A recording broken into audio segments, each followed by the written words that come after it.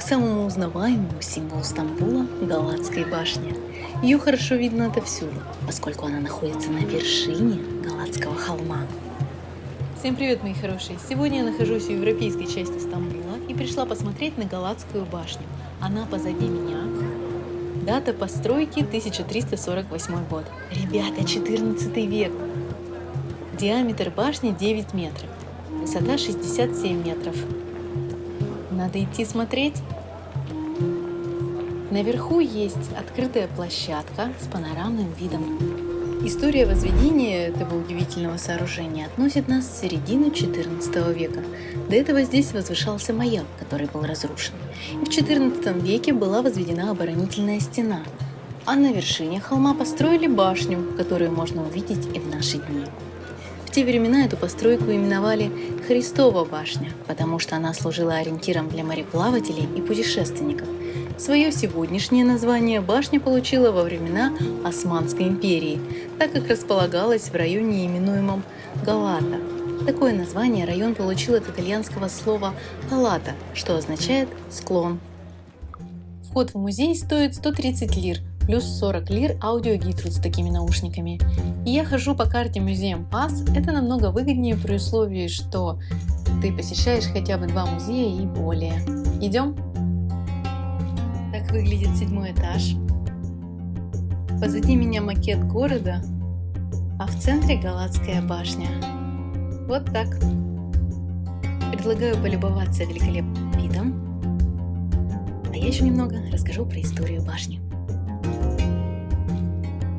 Реконструкция, которая была произведена в середине XIX века, затронула верхнюю часть. Появилась смотровая площадка. С нее караул следил за частью города, который был расположен у пролива Золотого Рога, который сейчас перед нами, чтобы предотвратить пожары и беспорядки. Позже в башне был расположен ресторан и развлекательные заведения. И только в 2020 году башня получила статус музея. С октября 2020 года башня вновь открыта для посещения и сменила свой статус с развлекательного заведения на полноценный музей.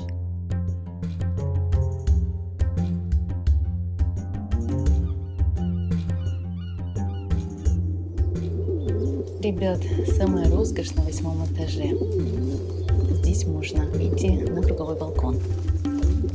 Красотой, которая открывается с башни, и вкусом красок можно любоваться бесконечно. Ну все, смотрим. Слева пролив Босфор, а на противоположной стороне, на азиатском берегу, район Üsküdar. Босфор втекает в Мраморное море, в правом берегу которого через бухту Золотой Рог расположен район Фатих. В нем находятся самые знаменитые достопримечательности города. Собор Святой Софии, Голубая мечеть, дворец Топкапы, площадь Ипподром, цистерна-базилика, Гранд-базар и египетский рынок, в котором я чуть не заблудилась, но об этом будет отдельное видео.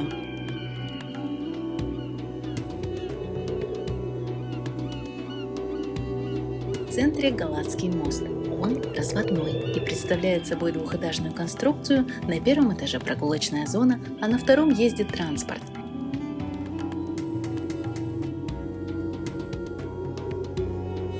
Далее еще 2 моста – Халич, по которому идет метро, и мост Ататюрк. Перед нами район Бейоглу. Большинство гостей Стамбула знают этот район по улице Истекляль, Цветочному пассажу, отелю Пирополас. Именно здесь Агата Кристи написала свой роман «Убийство в Восточном экспрессе».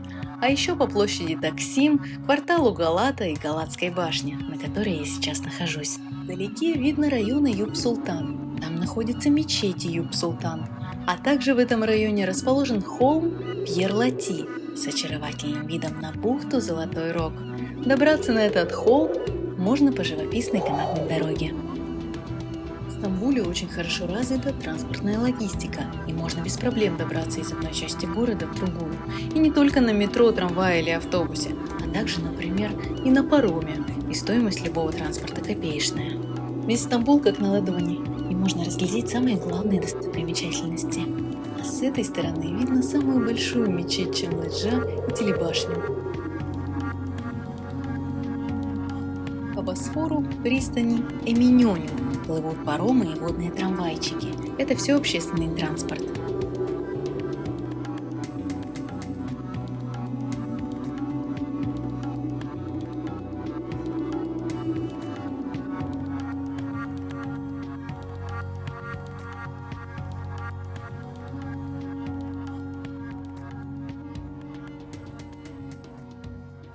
Практически любой туристический маршрут подразумевает посещение пешеходной улицы и Стеклярь, в конце которой гости города могут увидеть башню своими глазами. А я пока расскажу, чем же еще знаменита Галатская башня. В середине 17 века она стала площадкой для одного из самых первых полетов в истории. Ученый и путешественник Хизарфен Ахмед Челеби спрыгнул с башни на самодельных крыльях, совсем как герой древнегреческого мифа Икар, перелетел через Босфор и благополучно приземлился в азиатской части города на площади Даганджелар в Üsküdar'е. За этот полет он был награжден султаном большим количеством золота. Но завистливые и злые языки его оклеветали, и он был изгнан из страны.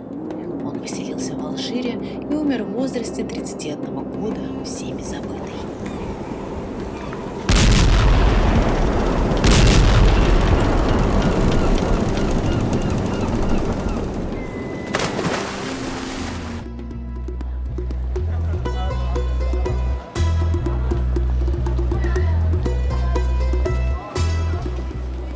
Рядом с Галатской башней есть ресторанчик, где можно перекусить и выпить вкусный фирменный турецкий кофе. Я в восторге от вида.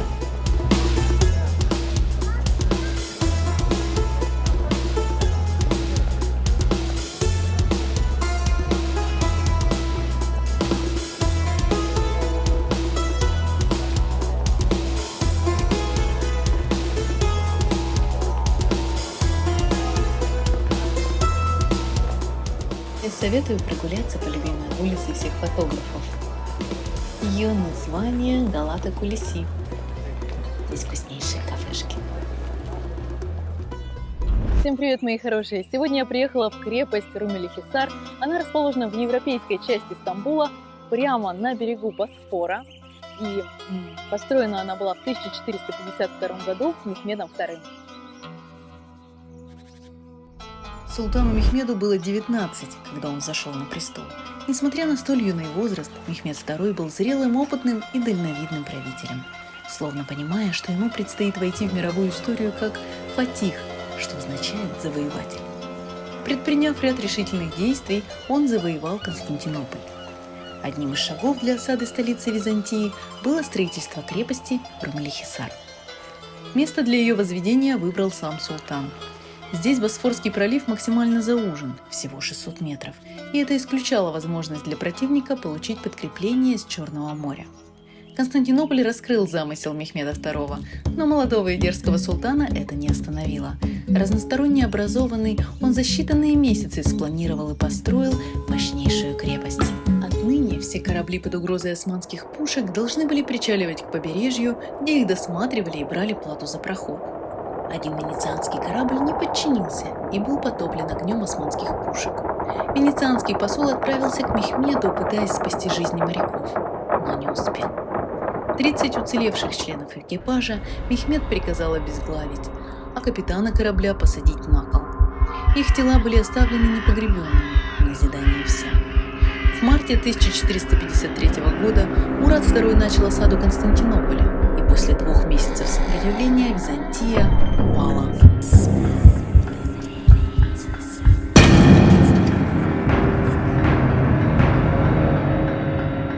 С тех пор имя Мехмеда II навсегда вошло в историю как великого и мудрого завоевателя. И вот уже 6 веков Стамбул является сердцем Турции.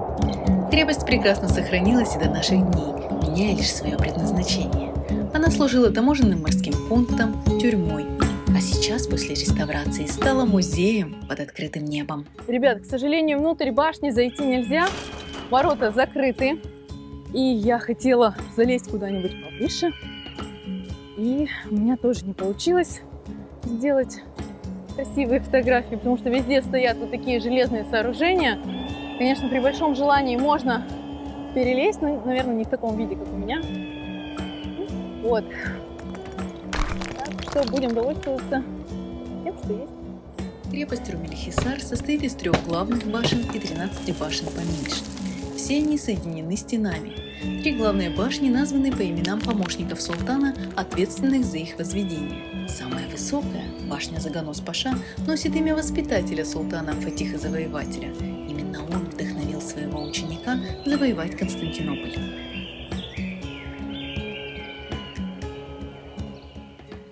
Я нахожусь в древнем амфитеатре, и позднее здесь была построена мечеть, где и проходит служба сейчас. В летнее время здесь проходят театральные представления и различные выставки.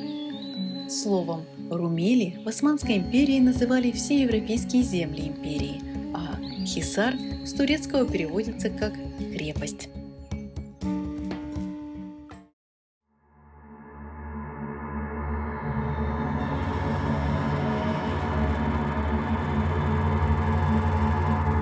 Заходим в катакомбы.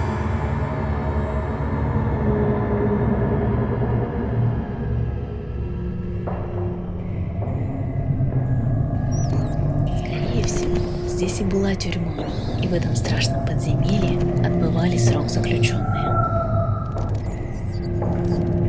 Возможно, именно здесь их казнили.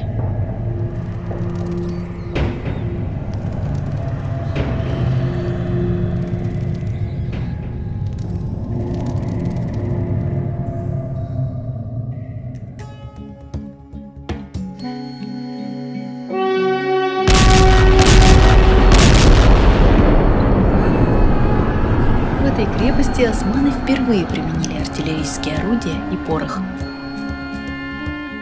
Ребят, посещение замка стоит совместить с прогулкой по набережной. Тем более тут вон какие прекрасные баржи и катера ходят. И далее мы видим мост. Это самый северный подвесной мост. За ним будет очень много кафе и ресторанов, куда мы сейчас пойдем.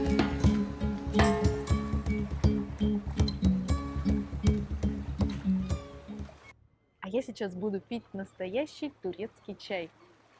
Сначала заварка, затем кипяток.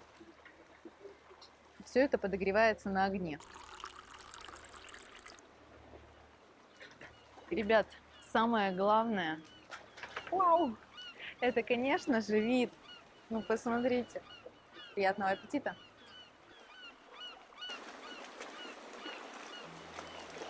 Эта историческая и архитектурная жемчужина находится в отдалении от привычных экскурсионных маршрутов. Но здесь прямо ощущаешь дух многовековой истории Турции. А я решила покормить чаек с видом на мост, который назван в честь султана Мехмеда Фатиха, завоевателя. Он соединяет европейскую и азиатскую часть Стамбула.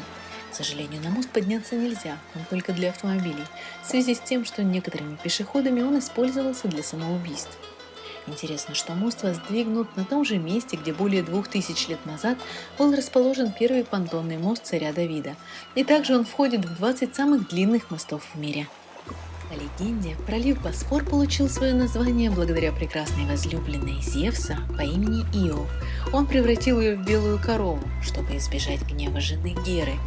Несчастная Ио с горя нырнула в пролив, который с тех пор и называется Коровьим бродом или Босфором. Я пришла в музей кружащихся Дервишей. Дервиш – это мусульманский аналог монаха. Такое здание. Эта экскурсия также входит в карту Museum Pass. И пойдем посмотрим, что там внутри.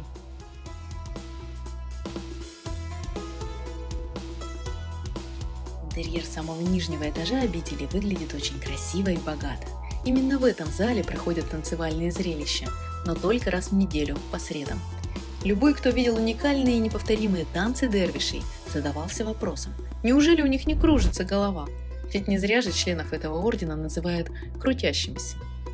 Орден крутящихся дервишей возник в Турции. Его основали последователи мистика и исламского богослова Джалаладдина Мухаммада Балхи-Руми, персидского поэта XIII века.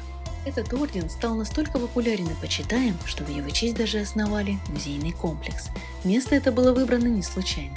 Именно здесь в конце 90-х годов 15-го столетия была возведена первая обитель странников. Дервиш в переводе с персидского означает «бедняк». Термин «дервиш» жив по сей день. Этим словом именуют вечных скитальцев с доброй и широкой душой. Душа – это единственное, чем они владеют, но готовы бесконечно делиться с другими. Сообщество дервишей существует и в наши дни. Одни из них живут в монастырях, а другие странствуют, но при этом они должны посещать монастырское братство несколько раз в неделю. Ранее, чтобы стать членом ордена, нужно было отказаться от владения любым имуществом. Дервиш должен быть нищим. Все вещи, находящиеся в ведении братства, считаются общими. Вокруг музея сегодня разбит цветущий сад. Прогулка, по которому погружает в дивную атмосферу покоя и безмятежности. С улицы Истекляли я вижу великолепную арку. Проходя через нее, я оказываюсь во дворе церкви Антония Падуанского. Это католический храм, названный в честь святого проповедника и одного из самых знаменитых францисканцев. При входе в храм справа мы видим статую первого проповедника этой церкви Анджело Джузеппе Ронкалли, будущего римского папы Иоанна XXIII. История этой церкви уникальна. Монахи ордена францисканцев появились в Стамбуле еще в XIII веке и основали в районе Галата церковь святого Франциска. Она просуществовала до конца XVII века. После крупного пожара 1696 года церковь уцелела, возможно, благодаря молитвам францисканцев, но по велению турецкого султана Мустафы II ее перестроили в мечеть. Итальянская община в начале XVIII века вновь возвела храм в честь святого Антуана Падуанского, но простояв 180 лет, в 1904 году ее снесли, как мешающую прокладке трамвайных рельсов. Турецкие власти выделили для строительства церкви новый участок, и в 1912 году она была построена, и в ней начались богослужения.